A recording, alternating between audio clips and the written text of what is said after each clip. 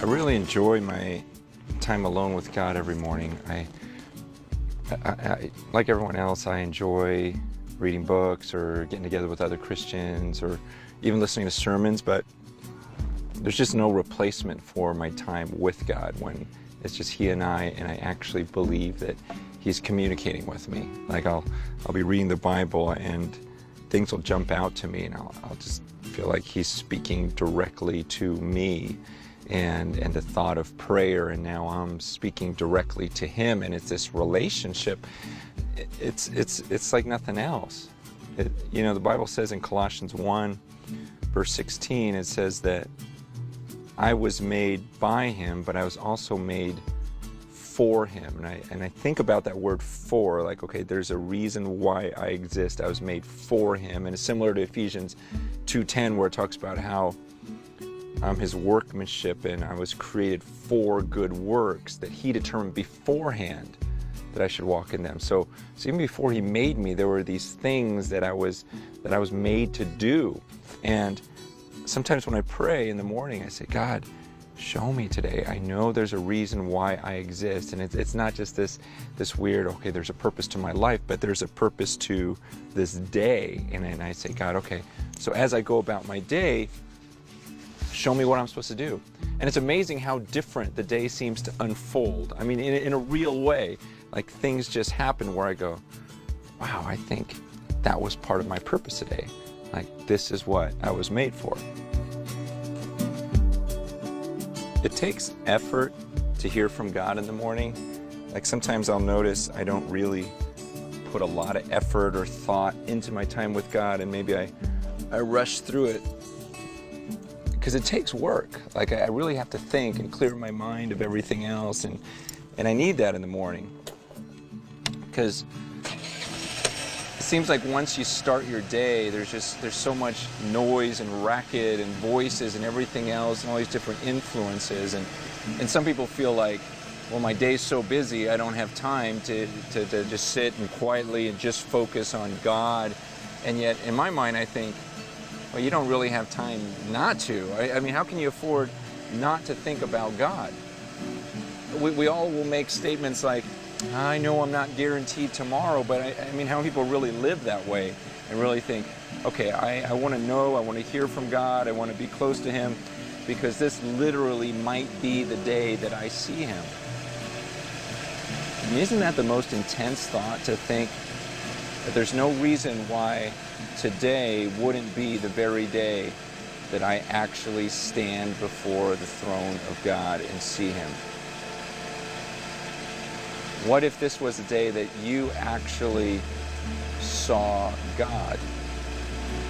I mean, I've read about Him, I've spoken to Him, I think about Him, I have this relationship with Him my whole life, but that is the craziest thought, to think that I literally could see Him today.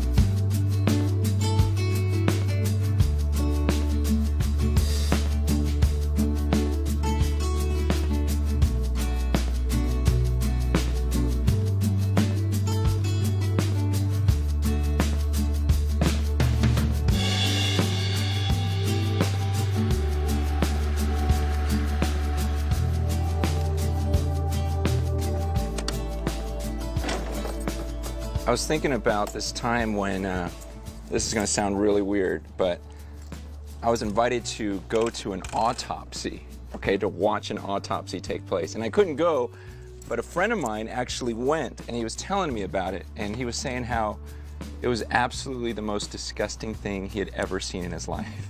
Because he says, you're watching, here's this human body, okay, imagine this, he just died not that long ago, sitting on a table, or laying on a table, and the guy just comes and just cuts him right up the middle, spreads them apart. Then he takes like these garden like lopper type of things, you know, that you would break branches with, and he just went down each of the ribs and then just pulled the body open, and then he started pulling things out of the body, like different parts out of this guy's chest. And he was like, oh my gosh, like you can't do that to a human being. He was so blown away by almost like this disrespect for a human body.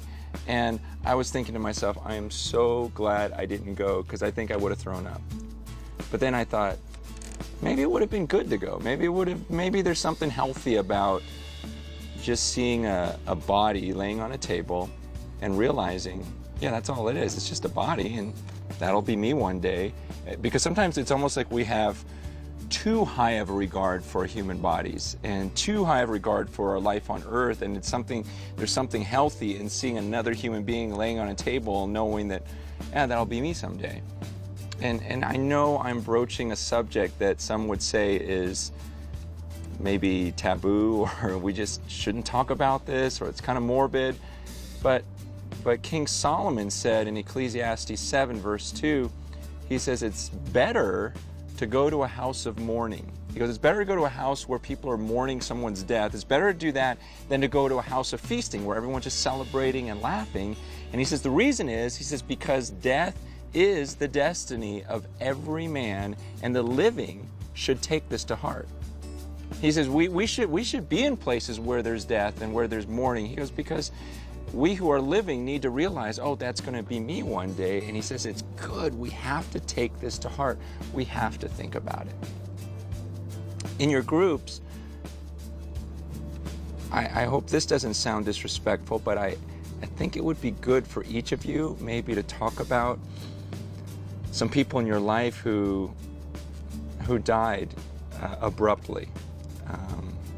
I know we all kind of die unexpectedly, but just some people where you're shocked, they passed away, and maybe talk about some of their achievements, things they did while they're on the earth, but also be willing to talk about some of their regrets. Maybe you had an opportunity to talk to them at the end of their lives. I mean, what an honor. And maybe they shared with you some of the things they wish they had done differently. It is so important to learn from people like that. And then after you do that, talk about your own life and talk about, what if today literally was the day you came before God? What would you regret? And don't just talk about it, and don't just say, oh, I need to change this because I don't want to end my life this way. I mean, talk about things you can change today. Say, you know what, this is what I want to do because I don't want my life to end this way. I know this would be a regret, so I will change this literally. I will do this today. And share that with the group, and then hold each other accountable on these issues.